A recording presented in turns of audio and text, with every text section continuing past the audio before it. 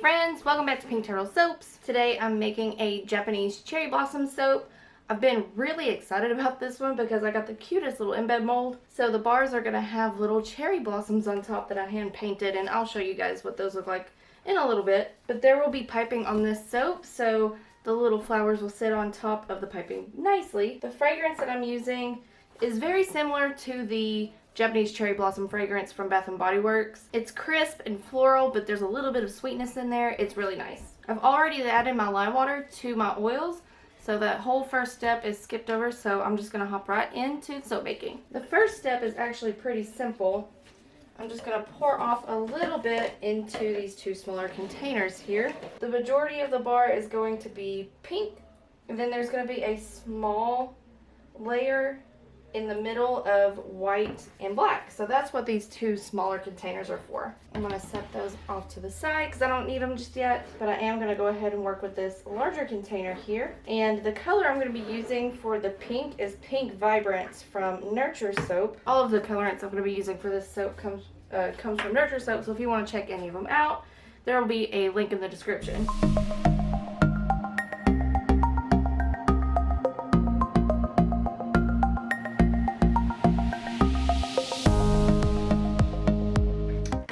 So that's actually a little too dark for what I'm trying to go for as far as design.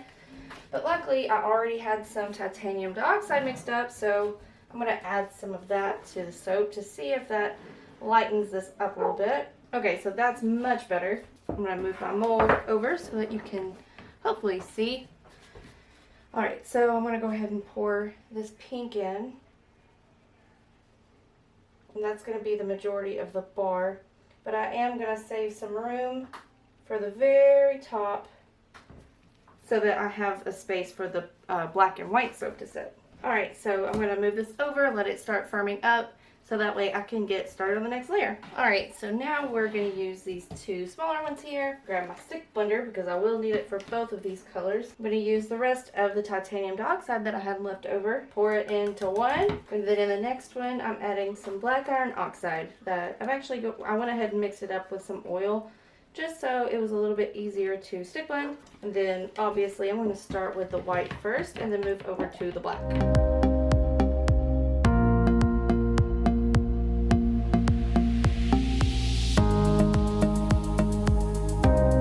Down the side of this black really quick just to make sure there's no clumps hanging around, and then I'm going to take the black and pour it into the white to do sort of like a mini in the pot swirl.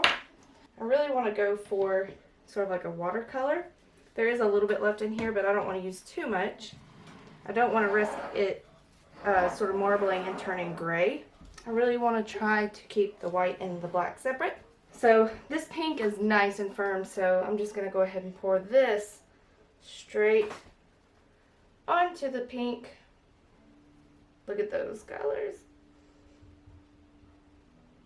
So basically I'm just going to fill up the rest of this mold with the white and the black. Alright, so that's going to do it for that part. I am going to move it off to the side and let this part firm up while I start working on the piping. But I will go ahead and show you these cute little flowers that are going to go on top. So while these may not look very realistic, I did use the cherry blossom as inspiration to paint these, and I think that the piping, the color that I'm using for the piping is really going to go well with the pink here. And with this black and white layer in the middle, oh, it's going to look so good. But I'm going to step over, start making the piping, and then I'll just skip ahead and show you the piping process.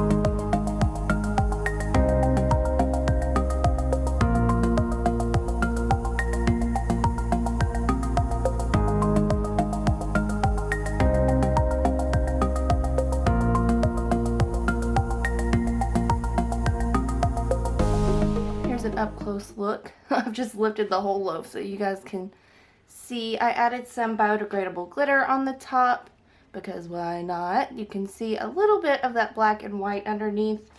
Let me turn it on this side. Look at those flowers. I love this soap so much. I'm so excited to cut this one up.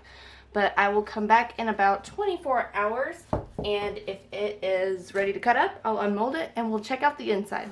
Okay, so it's been about 24 hours, maybe a little bit less. The soap did set up a lot quicker than I thought it would, but we actually have a crew here working on our house, doing some construction, and it's very noisy and our dogs are barking because of it. So I'm just gonna go ahead and hop right in and just fast forward this part for you guys. But thank you so much for watching this video. And be sure to subscribe to the channel if you want new content every single week because I upload on Wednesdays.